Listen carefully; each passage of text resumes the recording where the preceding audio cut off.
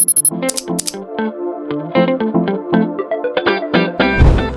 some excavation here. Switching to the re-drill of the dry well. I'm going to put a new line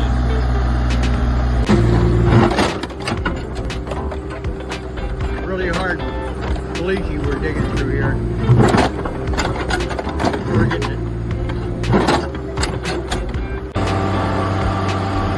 Here we are re-drilling the dry well.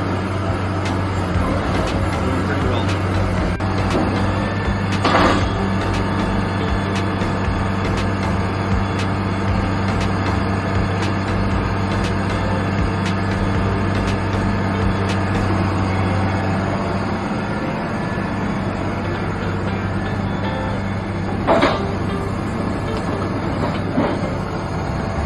Okay, here we are on unit number 5. Got the tank dug up.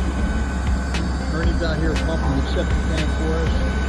John's digging it up. Next step will be removing the lid. Okay, here we have the cheese, flex seal spray, polyurethane hydraulic concrete that we're going to do the patchwork with, and then the pressure washer we're going to pressure off, wash off all the corrosion. Sectional lid on here. Remove